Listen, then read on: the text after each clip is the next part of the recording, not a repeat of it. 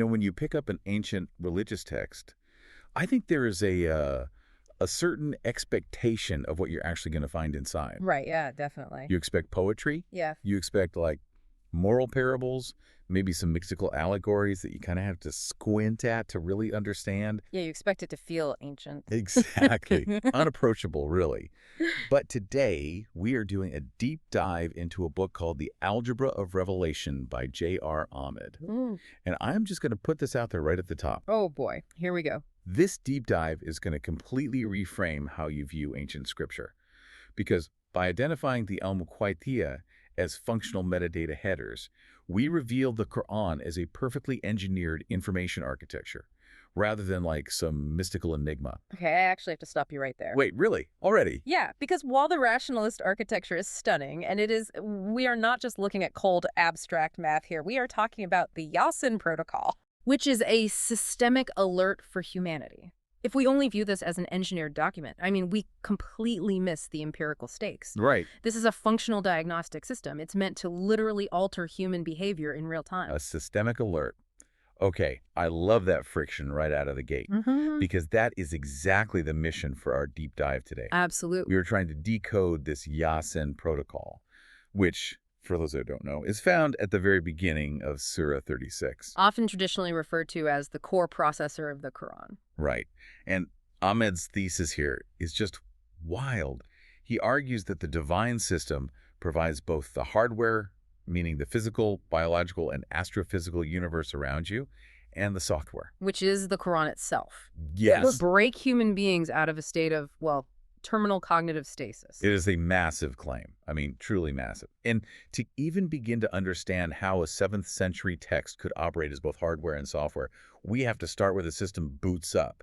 The metadata. Exactly. We have to decode the metadata itself. Okay, let's unpack this. Because before you get to any actual message or moral law in this chapter, you hit a wall of disconnected letters. The al-Muqaytiyah. Right. And in this specific chapter, it's just 2 letters, Ya and Sin. Now, for centuries, people have treated these letters as profound, unknowable, mystical secrets. Like magical spells, almost. Yeah, exactly. But Ahmed proposes we look at them through the lens of modern information theory. Think of these letters not as magic, but as API endpoints. I love that analogy. Or, routing data in a software program. That is a crucial reframing. Because what happens when you receive a data packet in a computer network? Right, like if you get an email, the message doesn't just blindly dump into your inbox. No, of course not. There's an invisible header attached to it that your screen never actually shows you. And that header tells the server exactly where the message is originating from, what specific type of data protocol is being used. And how the receiving system needs to process it so the computer doesn't crash. Precisely. And Ahmed breaks down the linguistic and empirical meaning of these 2 specific Arabic letters to show us exactly the kind of data stream we are receiving.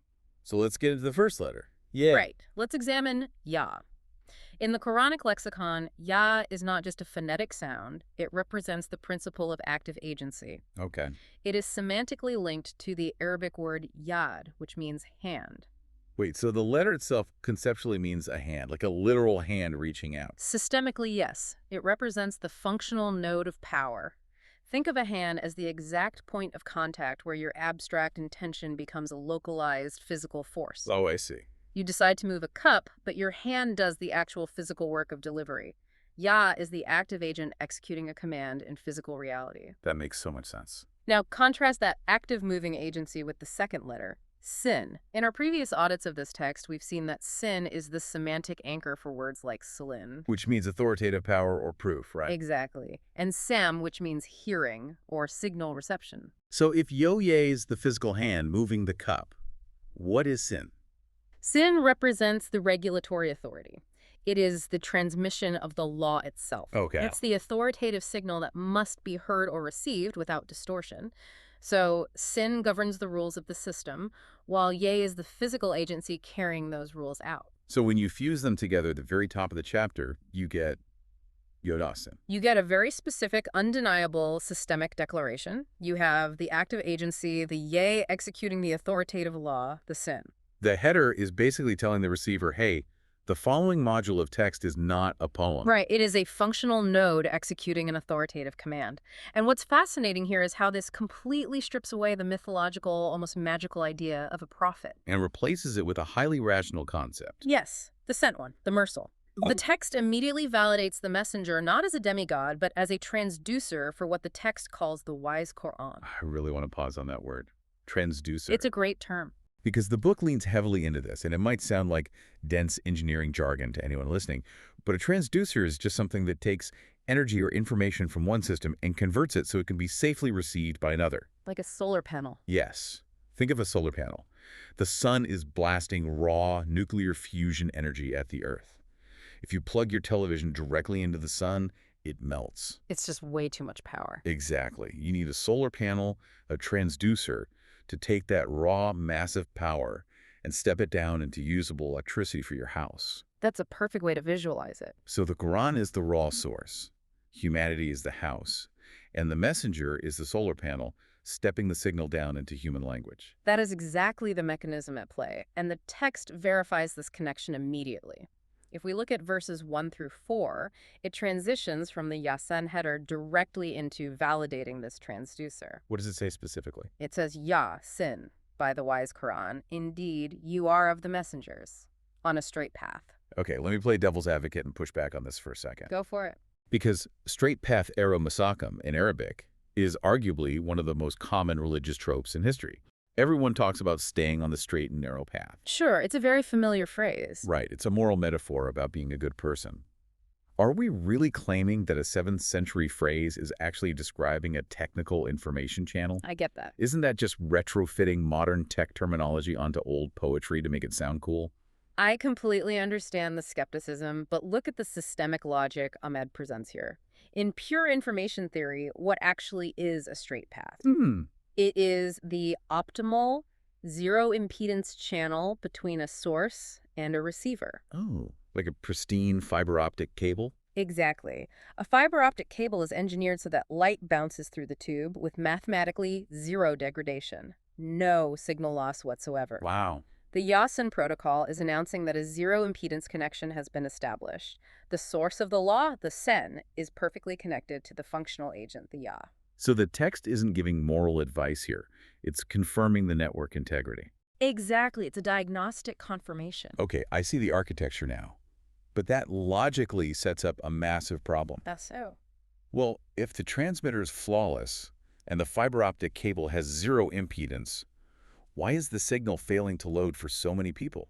Ah, yes. If the hardware and software are perfectly synced, why does human history look like a constantly buffering screen? That raises a really important question, and it's actually the exact question the chapter anticipates. Really? Yeah, What? it doesn't blame the transmitter, it diagnoses the receiver. And this is where the text introduces the first of its empirical case studies. What Ahmed calls the anatomy of cognitive impedance. Right. It's found in Surah 36, verses 8 and 9. The iron collars. I have to say, reading this part of the source material was incredibly visceral. Intense imagery. Very. The verses describe people walking around with iron collars locked around their necks, reaching right up to their chins, forcing their heads to be completely rigid and pointed straight up. And as if that isn't claustrophobic enough, the text says there are barrier sedan placed directly in front of them and behind them. It covers them completely so they cannot see. The Arabic is la yuburuna, total blindness. And we have to be very careful with how we interpret this imagery. For centuries, traditionalists have interpreted these iron collars as literal, physical punishments awaiting sinners in the afterlife. Right, like hellfire stuff. Exactly. But through the empirical systemic lens, this isn't about hellfire at all. It is a brilliant, real-time diagnostic of locked paradigms. Oh, that's fascinating. It is describing a sociological system that has suffered a total loss of bandwidth. So it's a hardware failure. The human mind is just bricked. Yes, essentially. The iron collars and the barriers represent inherited traditions, societal conditioning, and ego-driven assumptions. They aren't abstract sins. No, they are physical and psychological blockages. They literally prevent the hearing, that sin regulatory authority we talked about earlier, from processing the objective truth. The active agency of the signal just cannot penetrate a closed, rigid system. You know, I was thinking about this in the context of just everyday modern life, because obviously we don't wear literal iron collars. Right. But think about algorithmic echo chambers on social media. Oh, When absolutely. you are deep inside an echo chamber, fueled by intense confirmation bias, your head is effectively locked in an invisible iron collar. You can only look in one hyper-specific direction. You're completely constrained. Yes. And if data contradicts your worldview, a barrier basically drops in front of you and behind you. Your human thinking center becomes physically incapable of turning its neck to look at the new data. That's a terrifyingly accurate comparison. The Ya-Sin fiber optic cable is plugged right into the back of your server, but the port is sealed shut with the iron of your own arrogance. That is a flawless modern translation of the diagnostic. The signal's pulsing all around them, but the receiver's configuration aggressively rejects it. It's a total shutdown. But that diagnosis forces us to confront the next logical hurdle. If humanity's psychological hardware is completely bricked, how does the universe perform a hard reset? Right. If a system has crashed if the human sociological system literally has zero bandwidth left, how do you reboot it? You look to a system that has already mastered the reboot process. The text pivots immediately from cognitive psychology to botany. Botany, really? Yes. Surah 36, verse 33 introduces the concept of the dead earth. Alaro al-Maitatu. Oh, man. This is where the sensory brilliance of the text really shines. Yeah. I want you to really visualize this for a second. Set the scene. Put yourselves in this environment. You are looking at a system that is completely, totally offline. A patch of earth baked under a brutal sun. It's brittle. It's cracked. It is locked in total entropy. Has zero biological bandwidth. Exactly. Absolutely none. And then the active agency of water arrives. The mechanism of revival. Yes. I mean, imagine the actual sound of it when you hear this. The sudden, violent rush of water flooding into those dry, dead, empty microscopic conduits in the soil. The hydrostatic pressure begins to build. It's building up energy. Deep underground, inside a dormant seed, a hard, rigid shell suddenly fractures. You can almost hear the visceral snap of the seed cracking open, right? The iron collar of the seed breaking. Cellular stasis instantly reverses. Life forcefully pushes upward, tearing through the dirt. The text says, "We give it life and bring forth from it grain, and from it they eat. Entropy is defeated. The system is online." If we connect this to the bigger picture, the systemic parallel is just breathtaking. The Quran is using the physical, observable mechanics of the earth to explain the sociological mechanics of humanity. It's beautiful, honestly. Just as the biological system of the earth requires the active agency of water to revive from entropy, a dead sociological system requires the agency of the wise Quran to revive from ignorance. It's the exact same operating system. Yeah. Water is to the dead earth what the YS protocol is to the dead mind. It is the exact same underlying physics applied to a different domain. And notice the specific output mentioned in the verse. The production of grain. Okay, what does the grain represent? Well, in this systemic reading, grain isn't just literal food for your stomach. It represents the sustainable, functional output of a society that has successfully processed the signal. Oh, wow. When the iron collars come off, the society begins to produce life-sustaining intellectual and moral results. Okay, so we've gone from the microscopic psychology of the locked human mind to the biological reality of seeds, soil, and hydrostatic pressure. Right. But the deep dive doesn't stop there. It scales up. It drives the narrative all the way to the cosmos to prove that this protocol operates universally. It has to scale up or the theory falls apart. Right. So the text moves to astrophysics. Surah 36, verse 40 states, "It is not allowable for the sun to reach the moon, nor does the night outstrip the day, but each in an orbit is swimming." Okay, let's break that down. The Arabic terms are crucial here. Falakin for calculated orbit, and yazbayuna for swimming or floating frictionlessly. Wait, I gotta play devil's advocate again here. Go ahead. A 7th century text describing celestial bodies swimming in an orbit. How is that not just ancient people looking at the sky and literally thinking the sun is floating in an ocean? Are we really attributing advanced orbital mechanics to this? It's a completely fair challenge, but look at the precise use of the word yazbayuna. It describes movement that is entirely frictionless and perfectly sustained by the medium it exists within. Okay. Ahmed argues that the yazbahinner prepares the analytical mind to understand a profound equivalence. The text is demonstrating that every single component in a wise system has a mathematically calculated trajectory. The sun and the moon do not collide. Exactly. The day and the night do not overlap chaotically. They are governed by Sunan Allah, the inescapable laws of the system. So gravity doesn't judge you, it just processes you. Precisely. And the systemic alert being made here is that the moral law, the sin, is just as authoritative, just as inevitable, and just as mathematical as orbital mechanics. That is heavy. The messenger and the Quran are not random historical anomalies. They are calculated interventions functioning in perfectly synchronized sociological orbits. Here's where it gets really interesting for me. Because when you look at the macro structure of this entire chapter, the architectural symmetry is just staggering. It really is. We talked about how the protocol begins with Yahoo, right? Yeah. The active agency. Yeah. The literal hand of the system. But then you zoom out and look at how the entire chapter resolves. The ending is incredible. We arrive at the ultimate closed loop of agency. In the very last verse, Surah 36.83 points right back to the universal source. It says, "So glory to him in whose hand is the dominion of all things, and to him you will be returned." And do you know the Arabic word for "in whose hand" used in that final verse? Tell me. Yadihi. From Yad at the start to Yad at the finish. It opens with the hand of agency initiating the protocol and closes with the hand of dominion regulating the universe. Exactly. But let me ask you the ultimate question here. Is Ahmed suggesting that mathematical, systemic perfection and spiritual revelation are literally the exact same thing? Yes. Are we really saying that theology is just physics by another name? He is suggesting exactly that. That is the crux of this entire deep dive. The Ya-Sin header marks a module of systemic proof and final accountability. Wow. The power that Yod regulating the final dominion of the cosmos at the end of the chapter is the exact same agency, the Ya, that initiated the communication at the beginning of the chapter. It's a complete circuit. It is an inescapable, mathematically perfect closed loop.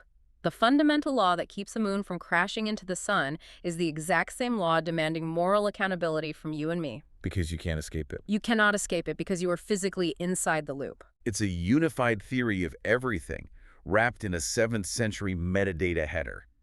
That is just wow. Which is why understanding this text as a diagnostic manual rather than just a history book is so incredibly empowering. Right. The Ya-Sin protocol isn't just passive theology. It is an active tool for testing your own signal reception. It forces you to audit your own operating system. Asking yourself, are you operating with iron collars? Exactly. Are your inherited biases blocking the transmission of the data? Because once you break free from that cognitive stasis, you don't just exist randomly anymore. You join the orbit. You begin swimming Tasbih purposefully within the orbit of objective truth, functioning just like the stars. Swimming purposefully in the orbit of objective truth. It is such a massive cosmic scale to wrap your head around. It really is. You have the microscopic pressure of the seed reviving the dead Earth. Yeah. You have the precise, frictionless orbits of the sun and the moon. You have the inescapable, unified laws of physics and morality. All working together. But to bring this entire closed-loop system online, to connect that massive universal source to a localized, flawed human receiver, you still need that functional node. The transducer. You still need that zero-impedance fiber optic channel to deliver the YS protocol without melting the hardware. The entire system, from the stars to the seeds, requires a single human transducer. I'm going to lean in right now and just say the name of that messenger. Yes. M-U-MAND. Yeah.